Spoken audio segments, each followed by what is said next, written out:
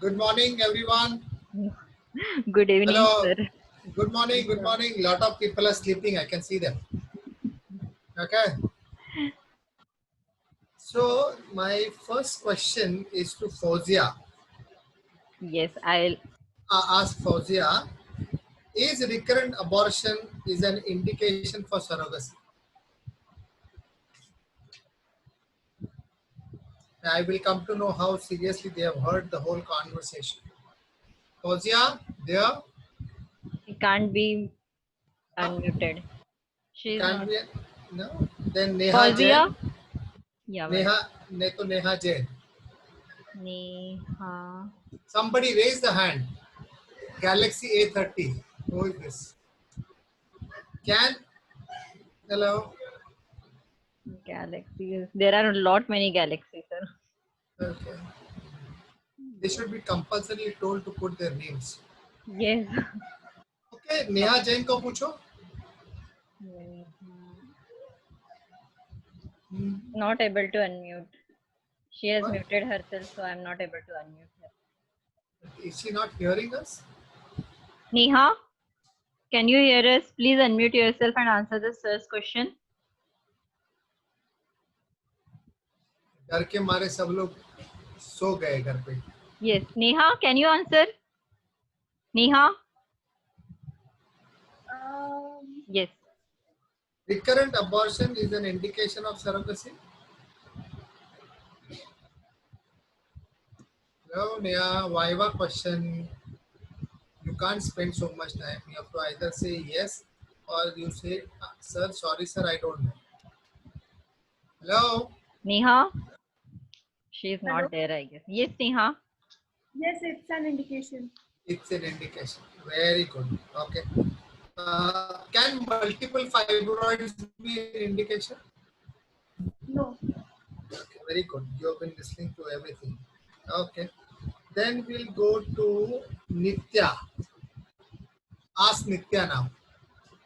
Nitya. Nitya or Trupti?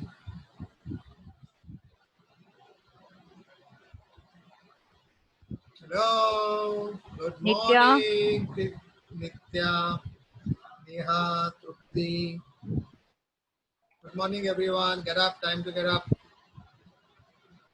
Yes, Trupti, you can speak now. Yes. Okay, your question is, can you do a traditional surrogacy in India? No, sir, I don't know that. You don't know the answer? What is traditional surrogacy?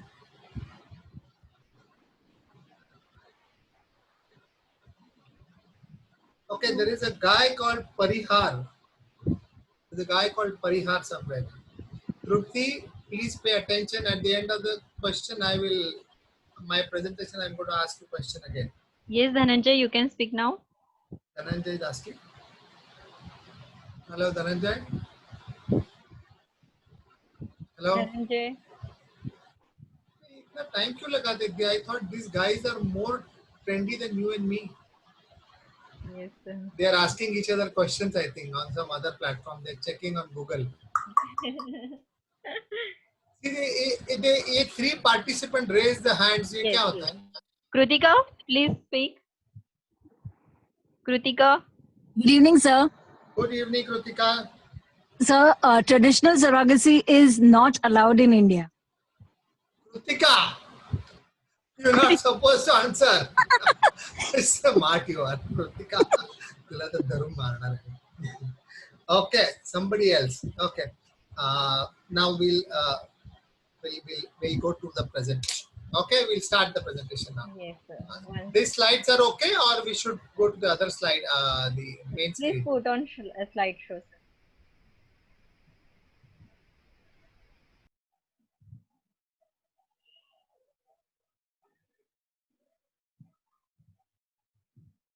So please unmute yourself. Can you hear Yes. me now? Yes, sir. Okay, now guys, we are going to learn a little bit about stepwise approach to different indication in ovulation induction. So basically what we're going to talk about is different case scenarios in which we are going to do ovulation induction and IUI for that matter. And how one can do a pre-ovulation induction optimization is what I'm going to discuss with you just now. So in polycystic ovarian disease, we Sir? have, yes, you can't hear me. No, sir, we can hear you, but there is some background noise. Can तो fan बंद करायला लागतो मला मला गरम होतं. Okay, now it's okay. Now it's okay. Yes, Okay. yes, sir. Okay. So Thank you, sir. in PCOS, there are two type of PCOS. One is obese PCOS and the other one is thin PCOS. So we have to optimize. So in obese PCO, first of all, we need to have a 10% weight loss.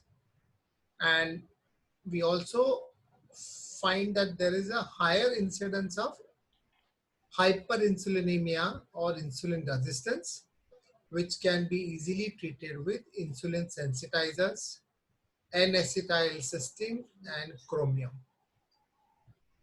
Now, in thin PCOS, it's unlikely that there is an insulin resistance, but there is a tonically elevated LH and increased androgen levels.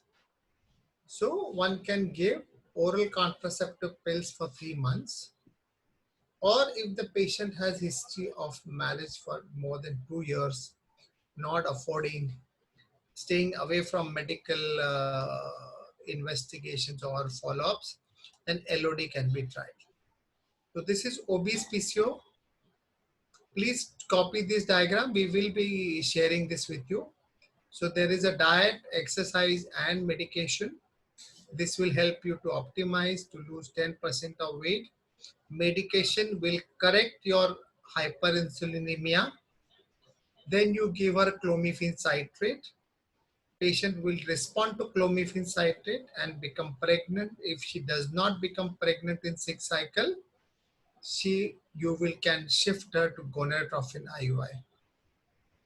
If she is clomiphene non-responder, in obese PCO, generally there is no role of PCO drilling because the condition is hyperinsulinemia. It does not, the PCO drilling will not help to reduce hyperinsulinemia. So one can give tamoxifen. Letrozole is the drug of choice, or letrozole with gonadotropins. If it fails, then one can try gonadotropin IUI. If less than 35, 6 cycles, more than 35, 3 cycles, it fails, one can go to IVF. Okay. So this diagram, if you draw, you should be able to get better. So the obesity basically has a negative impact in female fertility. Itself will reduce the implantation rate, increase abortion rates, and adverse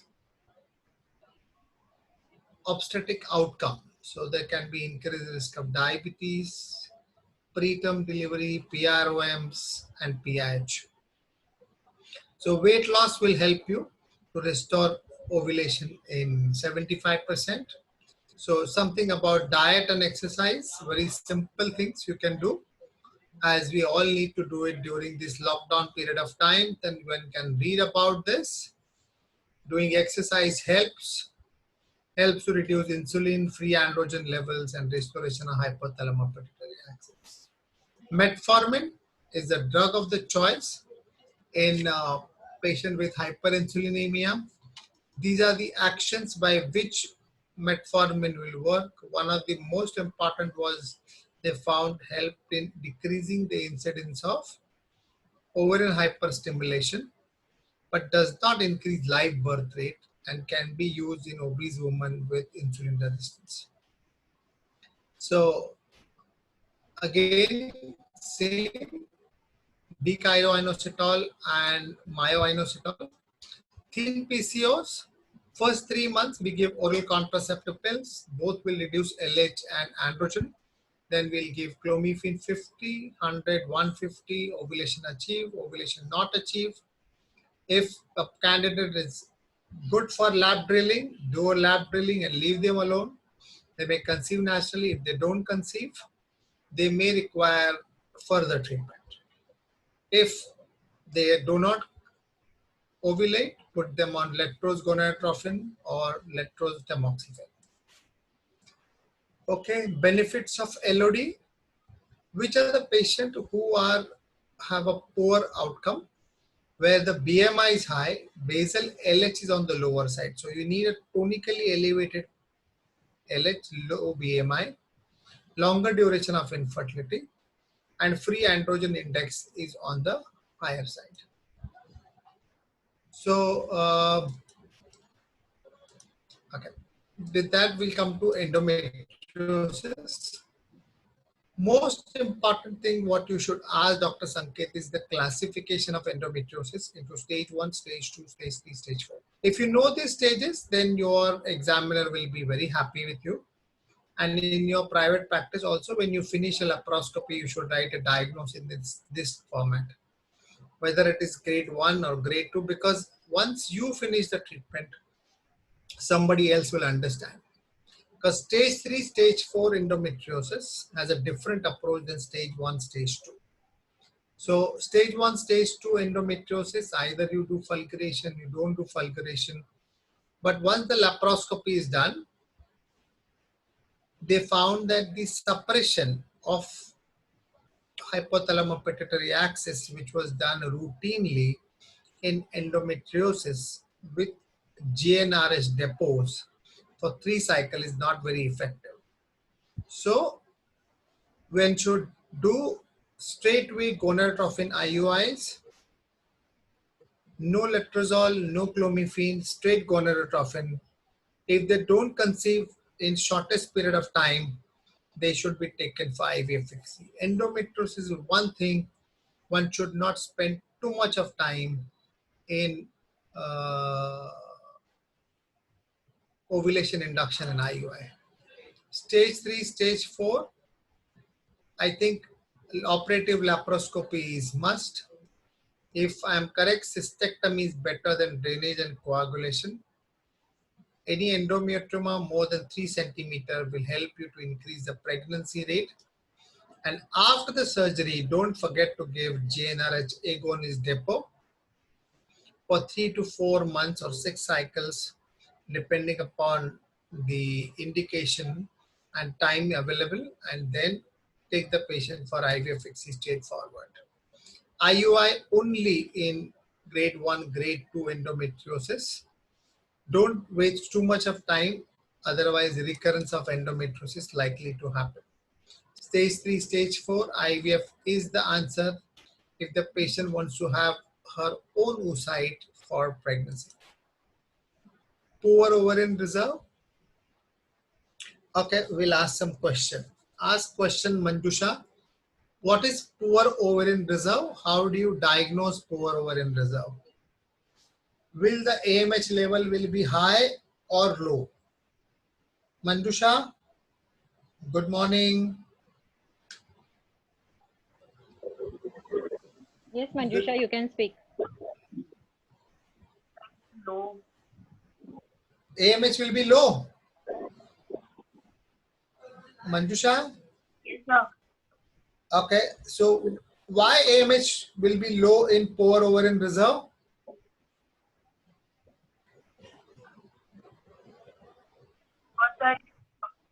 Dr. Rana madam took the lecture, no?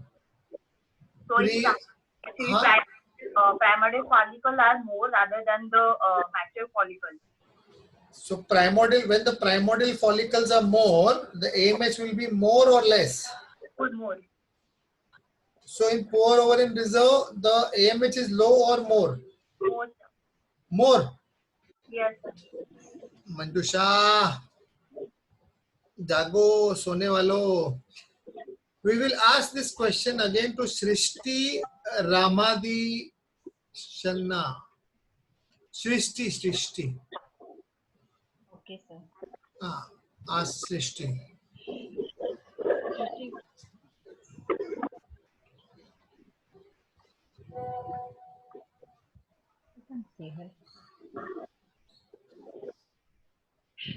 Srishti, Hello? please unmute yourself and answer the question. Everybody, please. Those who want to answer, raise your hands Minal will, immediately pick you up. Hello. Low MHS. All have typed. Means they are typing in the chat box. Low MHS Ah. is the answer. Low AMH, but I am asking the question why the AMH will be low. Why the MH will be low? अरे viva में तुमको पूछेगा why AMH is low, then you have to answer immediately. इतना time नहीं मिलेगा Google में search करके answer करने को मेरे को. Because of less follicle. Because the MH Less- is secreted by granulosa cells. Granulosa cells of what? Granulosa cells around all the follicles, no? Antral follicle low. Less antral Ah. follicles. So any follicle less than what size secretes AMH? Is Dr. Priyanka also there online? Priyanka. तुझे light कुठे गेली बाबा? Okay. गेली sir नागपूरला light गेली. Oh, तू नागपूरला आहेस? मी नागपूरला आहे. Okay. So basically there are less number of antral follicle counts, and Yes. the follicles size less than H millimeter will only secrete the AMH. So on day 2 of the period, when the antral follicle count is less than 8 in each ovary, proportionately the AMH is going to be on the lower side. So what is the chronological age and what is the biological age? We'll ask this question. Has Fauzia come back or Vibhuti come back? Yes, I'll ask them.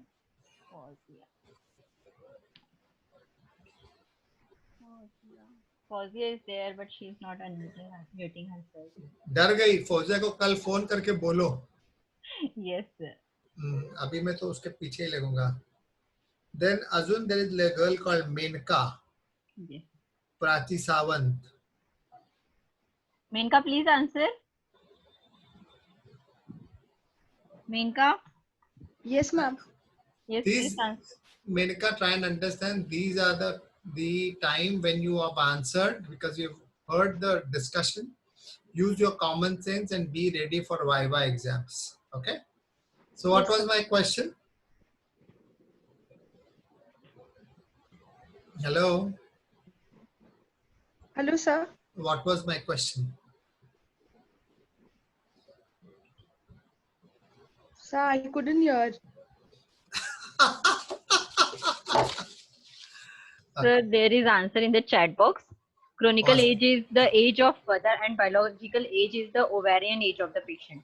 Perfect. So only on the decision that the age of the woman is 26 or 27, one cannot tell her and defer her treatment without knowing the potential of the gametes of both the couples, of both the partners in the couple. Then only you can tell them to defer the treatment. So this will come in preconceptional counseling. Incidence is high and this incidence is rising because more and more number of women or they are postponing the age of the marriage and childbearing. So as the age advances, you can see here pregnancy with their own eggs likelihood to be very less. With donor eggs as goes high because they end the patients. So a low responder or poor awareness. A low responder can be a lady where a fixed amount of gonadotropin is given, but you are surprised with her response. So this could be young patient with normal basal endocrinological profile, or poor ovarian reserve can be because of physiological. Can anybody explain me what is physiological? Vibhuti is there? Vibhuti? I'll search. Prachi Sawant, Nikita Agarwal.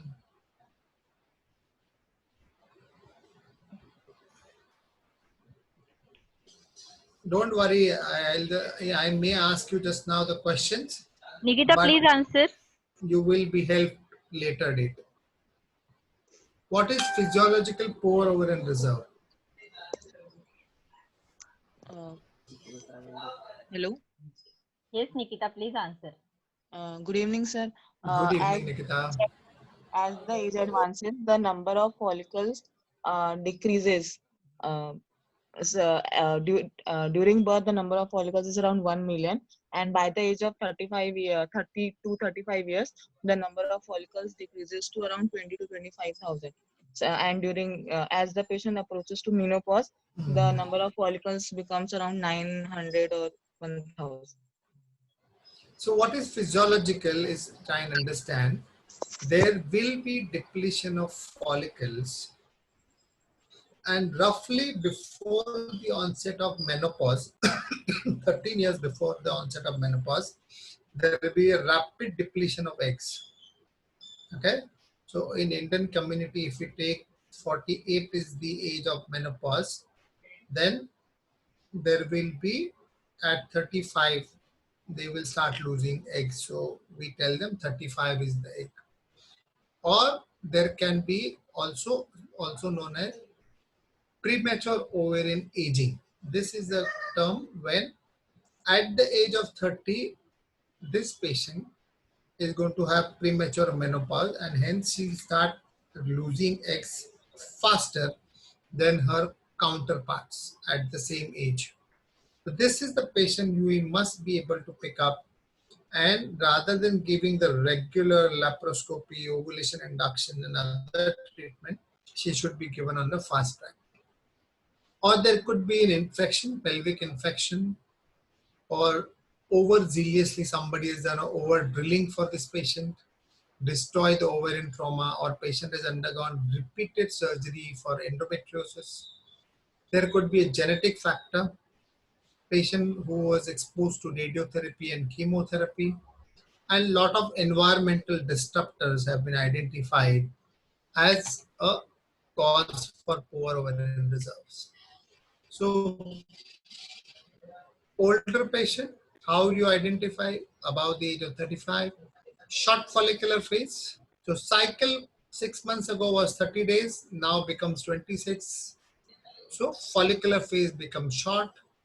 Second day of the cycle, FSH is little high, ovaries are small, less number of antral follicle.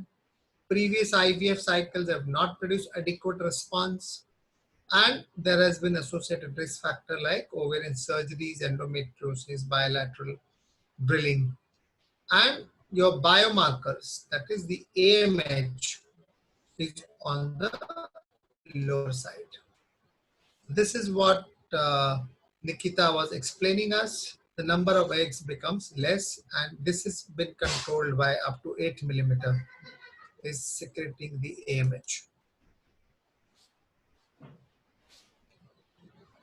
Okay, so in poor ovarian reserve patients, IUI will give you the least of pregnancy rate, least pregnancy rates. Okay, if you look at this, IVF gives a better pregnancy rates as compared to IUIs. So it's better that the patient should be identified who has a low AMH, low antral follicle count, need to treat her, then do the best possible treatment and transfer. So adjuvant treatments like DHEA, give high FSH, antagonist protocol, LS suppression, and minimal stimulation. DHEA supplementation is dehydroepiandrosterone acetate. Has anybody heard about this drug? Anybody can raise their hands. DHEA. Voluntary. What is DHEA? Poor ovarian reserve patients. Yes, sir. Dihydroepi. Androsterone acetate. And what Yes, sir. happens to DHEA level? In patient with physiologically going in poor ovarian reserve, the DHEA will be lower. So what they found that when in a younger children, when they examined DHEA, the DHEA was high and that was associated with good ovarian reserve.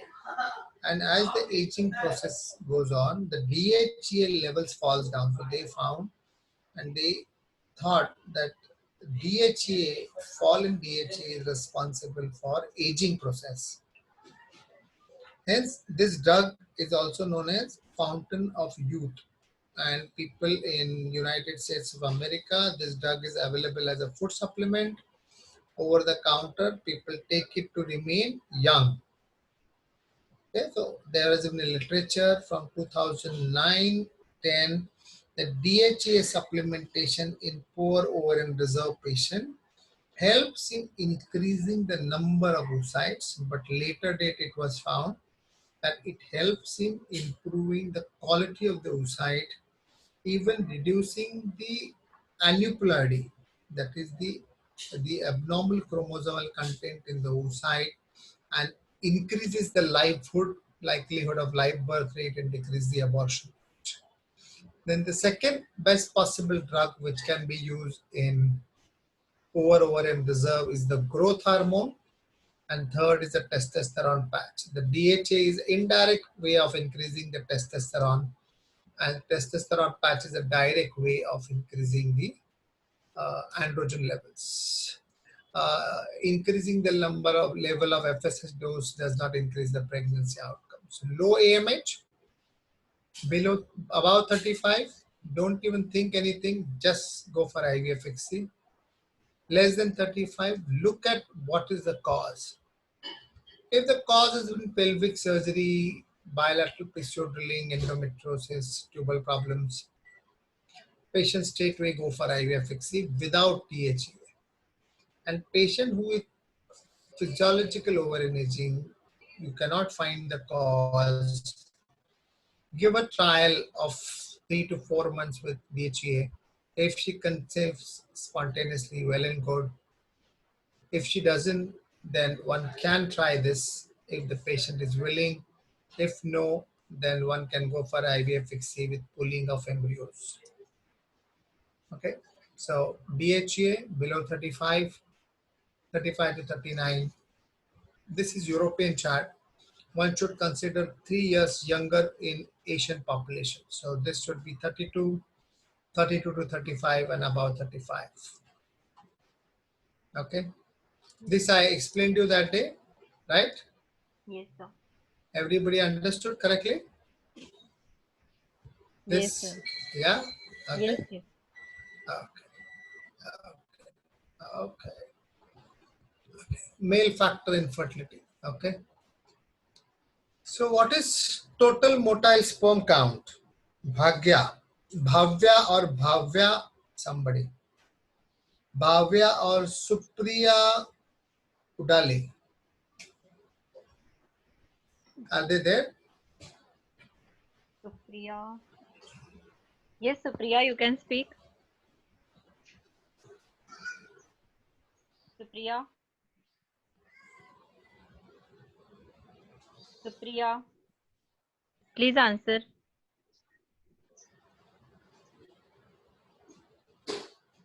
Hello. She is not answering. She must have gone to sleep. Hello? Bhavya also is not there. No, Bhavya is not there. Menaka, there is a girl called Menaka. 4 participants raise the hands. 5. They have checked in the Google and immediately raising the hands. Okay, just ask the one of them. Yes, sir.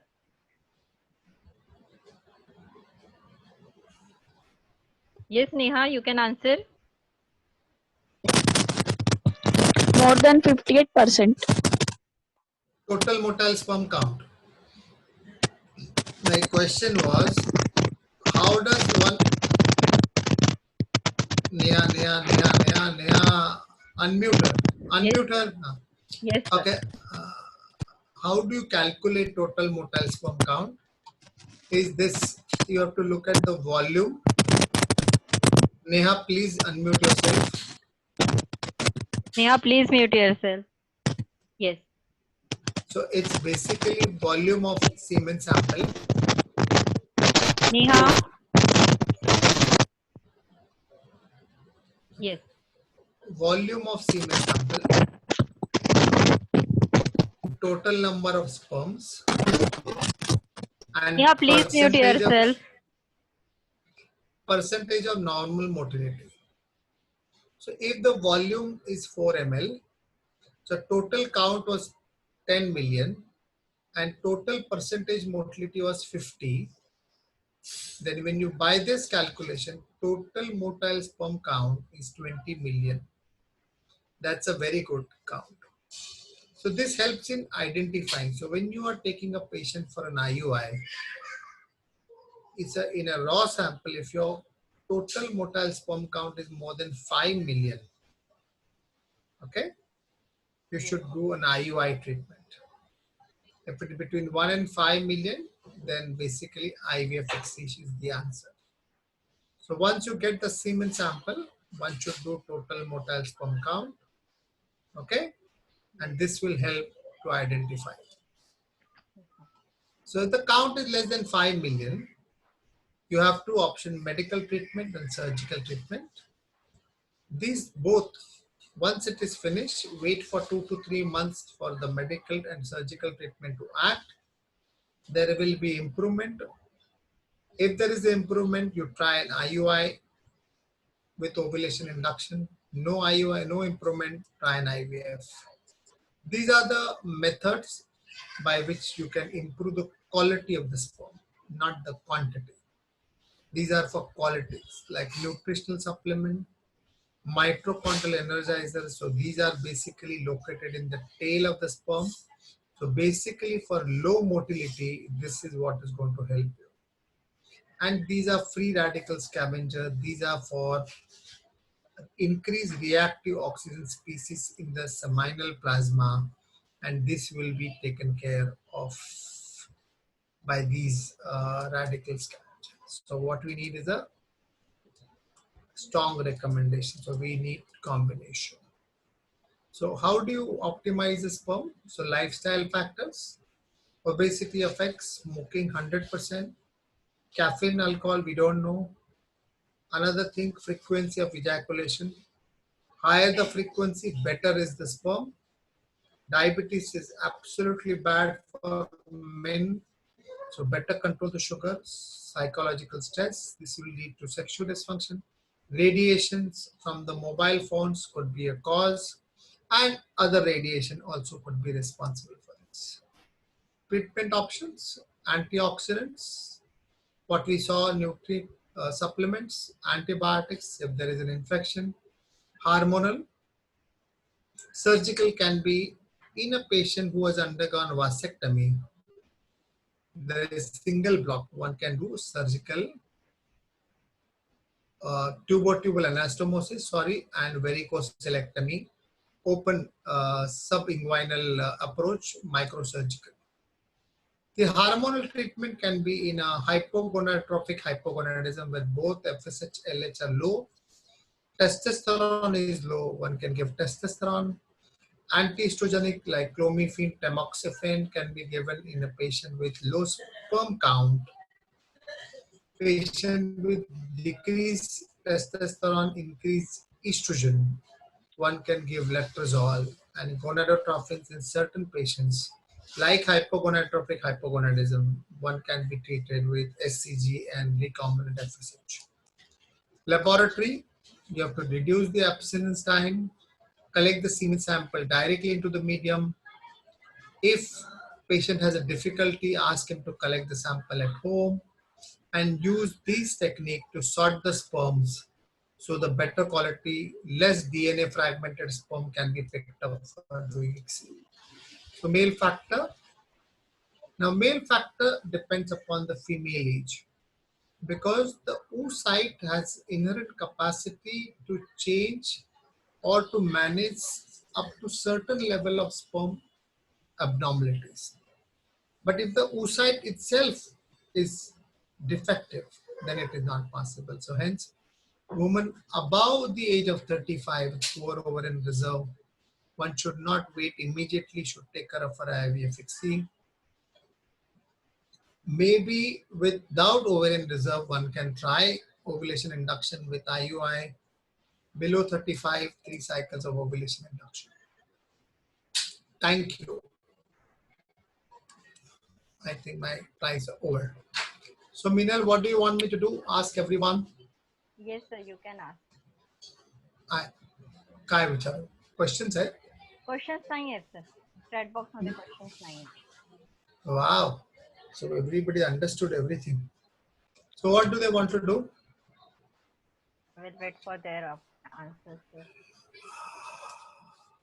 Protocols. They want to take you protocols. Protocols का lecture आ रहा है. इसके बाद का नहीं, इसके बाद के बाद का आएगा. Okay. Protocols. So you will Protocols. talk about the ovulation induction in IUI today? Yes.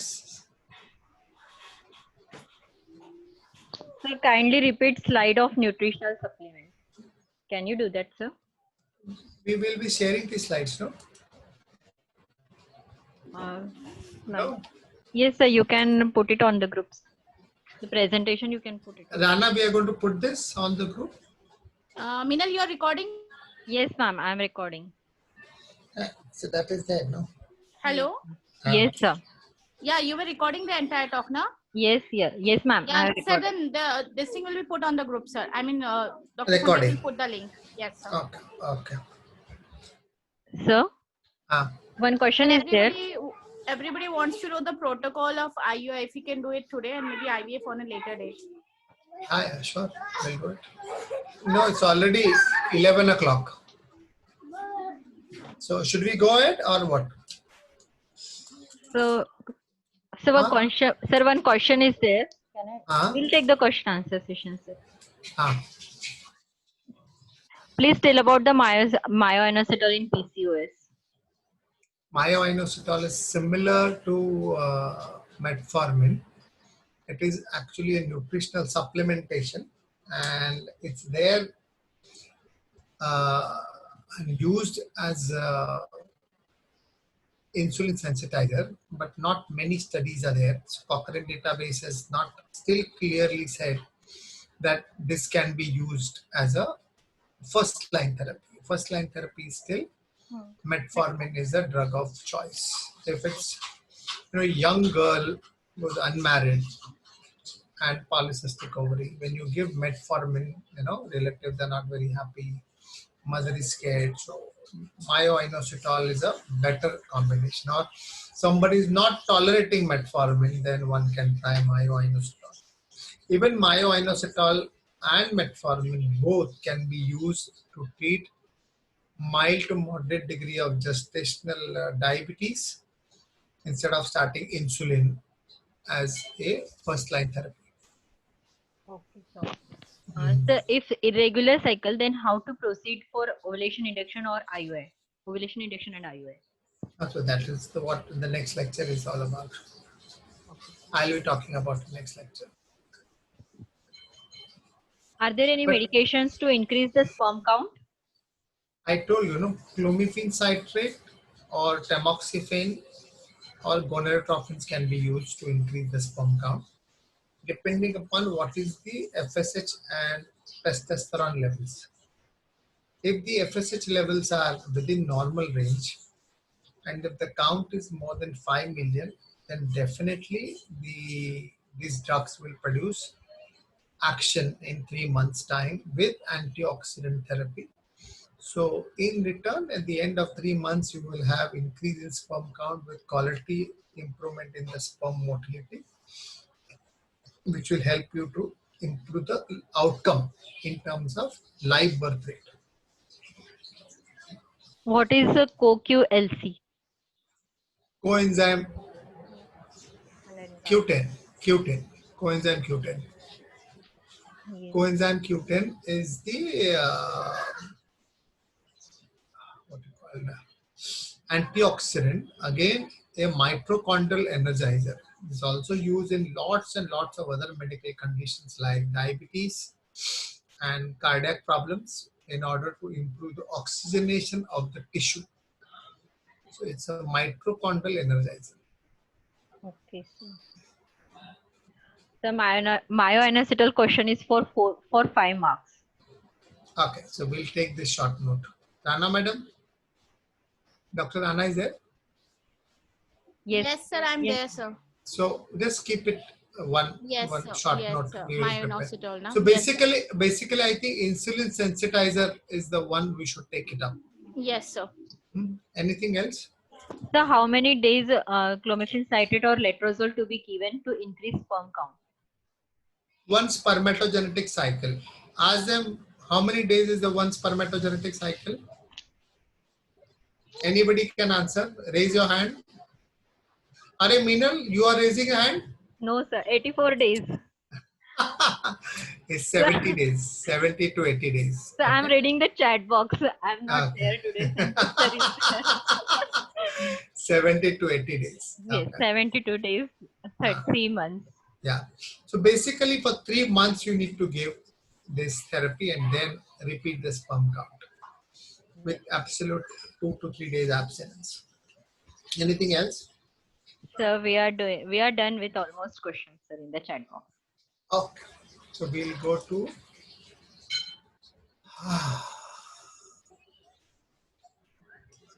when Rana madam was taking a lecture, I saw a lot of students sleeping and holding the camera in the hand. I sometimes wondered, Rana, that we are awakened here, sitting in front of the camera and taking the lecture. I sometimes wonder what these Sir, students are because we doing. gave them the recorded thing. That's why people are not paying attention, I guess. I think so. Sanket sir, don't give recording. Okay, sir. I will Tell him that at the end of the whole thing, we'll keep an exam.